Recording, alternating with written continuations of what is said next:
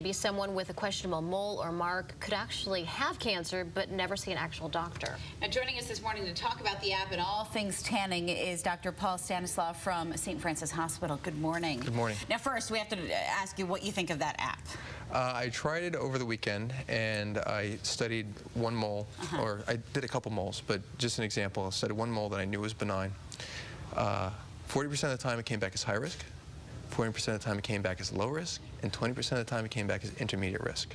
So everything's standardized, same mole.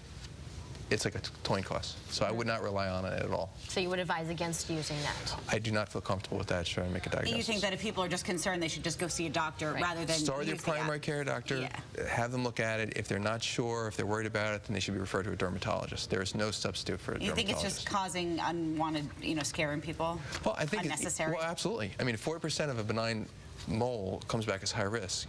Just think about all the stress. And most people, the problem with lesions is that people see it, they know it, but they're afraid of the results, and it just delays their care. When in reality, the earlier you get this checked out, the better off you're going to be. And Dr. Stanislaw, we just talked extensively about tanning. Talk to us a little bit about the difference between tanning at a booth and then the sun outdoors. Both are dangerous. Correct. Basically, what they mentioned in that piece before was that if you have an indoor tanning session less than the age of 35, your risk for melanoma later in life is 75%. One or more blistering sunburns in childhood increases your risk to 50%. So this is just more intense. It's right there, and the World Health Organization in 2009 put it in the category as the highest carcinogenic risk factor, along with plutonium and cigarettes. I mean, is one more dangerous than the other, whether being outside or being in an artificial booth? It's tough. It's a relative question. If you go out all the time and you're never putting your sunblock on and you're getting all sunburns over your entire lifetime or your entire childhood, that's pretty severe. But if you took the same amount of time out tanning in a tanning booth, the tanning booth is going to be more severe. So if you are heading outside, what's a good guideline as far as an SPF, what you should use? SPF is very misleading because the way they measure that is they shine a very narrow wavelength of ultraviolet light on the skin, and they record how long it takes for you to get a sunburn. So if it takes 10 times longer, it's SPF 10. If it's 30 times, it's SPF 30. It doesn't tell you the spectrum of what it covers. So, that is a very narrow wavelength, and sunlight is UVA, UVB, and UVC. So it might block you from getting a sunburn, which is your evolutionary warning sign to tell you get out of the sun. So if you get a sunburn, you've had too much.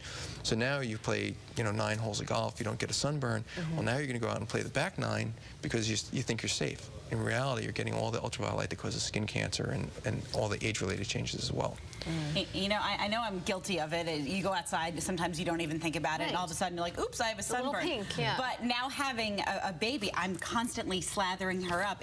Are the guidelines any different for kids than they are for adults? No. Basically, the best ingredient that you should look for is zinc. The highest percentage of zinc that you can find is the best. So about 9% or higher is definitely the safest, because zinc gives you the broadest spectrum. Titanium dioxide is second best. It's very close. But they're both, the higher you get, the little bit thicker, the whiter it is. But at least you have to apply it essentially every hour and a half. If you're getting sweaty, if you're in the water, the thicker, the better. Like I see people using the spray bottles all the time. I just don't know how well that is, how good that is, the protection, especially if you're in the water, if you're sweating a lot. Or if the wind blows and it goes over there and exactly. you're standing there. Touch your neighbor. Yeah. All right, now we have to ask, what do you think about this obsession with being tan, from the ad that we saw just a few minutes ago to the, I guess we can say, tanorexic mom that we've been hearing a lot about in New Jersey? There's definitely a population, and I don't know if there's a true psychological diagnosis for it, but you can't, it's in their body image, they feel that they look great being dark, dark, dark. And no matter how you try to rationalize with these people about the skin cancer risk, the effects of aging and stuff like that, they still tell you, I feel much better if I'm tan. I look much better if I tan. And they could look like leather. I mean, they could be shriveled up like a prune. Well, case in point, that mom there in New Jersey, I think a lot of people would say if she eased off the tanning for a few weeks or a month, she would probably look 20 times better. I mean, a world of difference if she was just easing up a little bit on that tanning. But that really comes to like a body dysmorphic, category. So it's more psychological. Yeah. If people are really desperate for that, you know, sun-kissed look, is more like the spray tan or well, there's no such like thing. There's no such thing as a good tan. So basically, any of the spray tans, whether it's a spray tan, a cream, a foam, those are very safe. It's just a complex sugar that's been around since the 70s. What they've done is they've changed the bronzers in it, so it looks much more natural. That's the safest way to go. The only thing that you have to realize is it does not impart any sun protection. Right. You know, some people think, oh, I'm tan now, I can go out in the sun more. It does not do that at all. All right, now one more quick question. For those of us who admit, I've tanned before my prom in high school. Yeah. I know a lot of people have, but now we're very proactive about wearing our sunblock. What should we be doing knowing that we have tan a little bit more than we have in the past? I think that you have to take it as a conglomerate.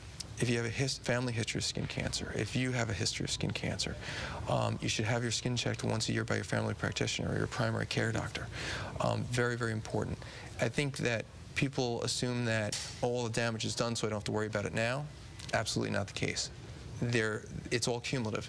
So the better you are now, the better off you will be later in life. So be proactive. Correct. Great advice. Thank you so much for being with us. Thank you for having me.